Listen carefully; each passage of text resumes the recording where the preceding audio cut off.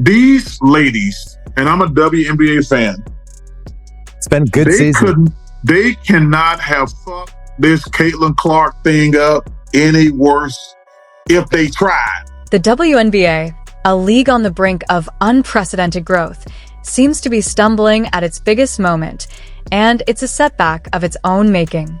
At the center of this turmoil is Caitlin Clark. Known for speaking bluntly, Charles Barkley has delivered a harsh wake-up call to the league, criticizing the petty jealousy that could threaten its rise.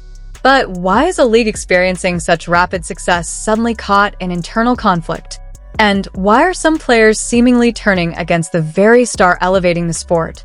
We're taking a closer look at the shocking truth behind this drama and Barkley's uncompromising perspective. If you got people in a room, if you got a bunch of dudes in a room and says, let's fuck up the WNBA, we couldn't have came up a master plan what these women have done. The Indiana Fever's season opener was supposed to be a historic celebration. Packed arenas and electrifying energy set the stage for the league's most talked-about rookie, Caitlin Clark, to shine. But the night quickly descended into chaos. Whispers turned into shocking accusations, reports of fan misconduct, and even racial slurs aimed at Chicago Sky star Angel Reese. Charles Barkley, known for his blunt commentary, didn't hold back. It's just petty jealousy, he said, and sadly, the focus has shifted away from basketball altogether. So it's just petty jealousy, and it's really unfortunate because, and the thing that's really bad right now, we're not even talking about basketball. That's the problem that I have with the whole thing. Here's the issue.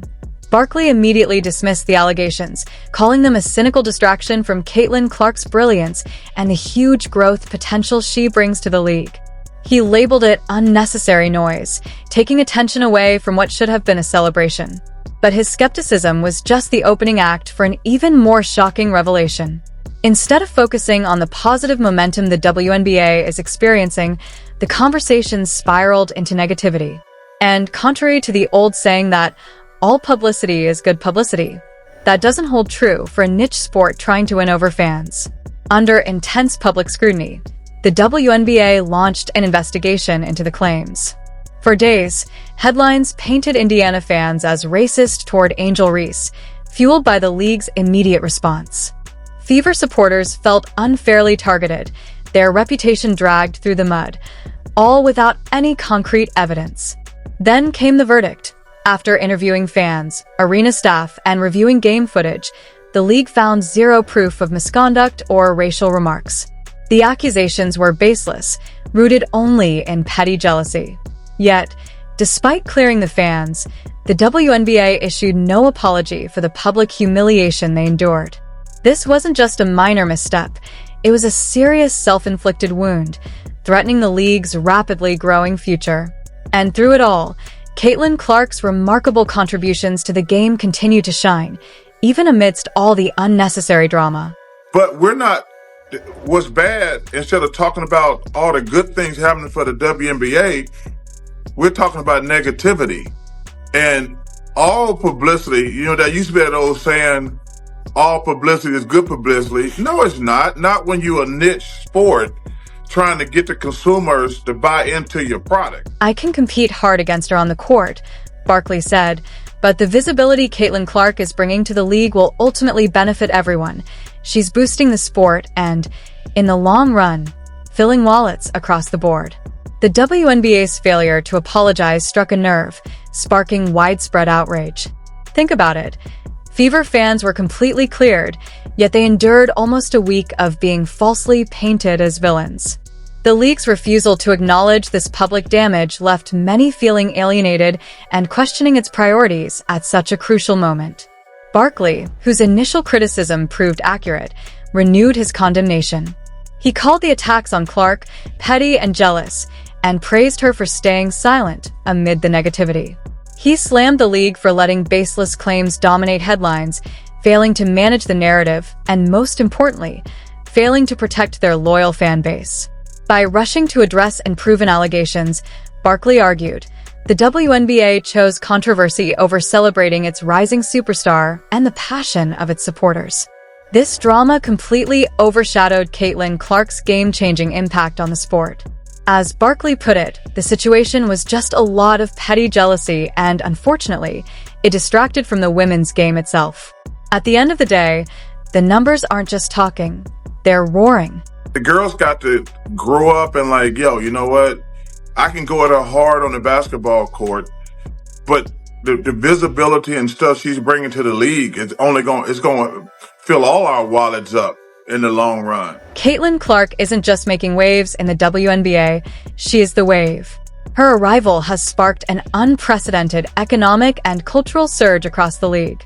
Draft viewership jumped an incredible 400%, ticket sales soared by 93%, and regular season viewership skyrocketed by 180%.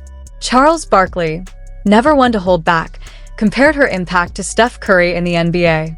He emphasized that Clark is single-handedly transforming the league, drawing attention, generating revenue, and directly benefiting every player and every team. In just 5 weeks, she accomplished what would have taken the WNBA 5 years of steady growth. Clark is the kind of superstar every professional sports league dreams of, a game-changer who reshapes the sport's economic and cultural landscape. Yet, despite her undeniable success, a simmering jealousy began to emerge. Barkley noted it bluntly, much of the backlash against Clark is rooted in petty envy. He also praised her composure, pointing out that she has stayed above the negativity, refusing to respond to the endless opinions and criticisms being broadcast on television and radio. Her grace under pressure, he argued, only underscores the magnitude of her talent and the absurdity of the jealousy surrounding her. Caitlin Clark isn't just moving the WNBA, she is the needle. Her arrival has driven record-breaking viewership, ticket sales, and merchandise, transforming the league in just weeks what would have taken years. Yet baseless fan accusations, the league's lack of apology, internal player tensions, and underlying societal dynamics have overshadowed her historic impact. Charles Barkley stresses that Clark is an unparalleled opportunity, boosting revenue and visibility for all players, and that jealousy and mismanaged controversy are threatening the WNBA's chance to capitalize on this unprecedented momentum. The league's future, and women's basketball's place in global sports, now hangs on whether it can rise above the drama and seize this golden moment.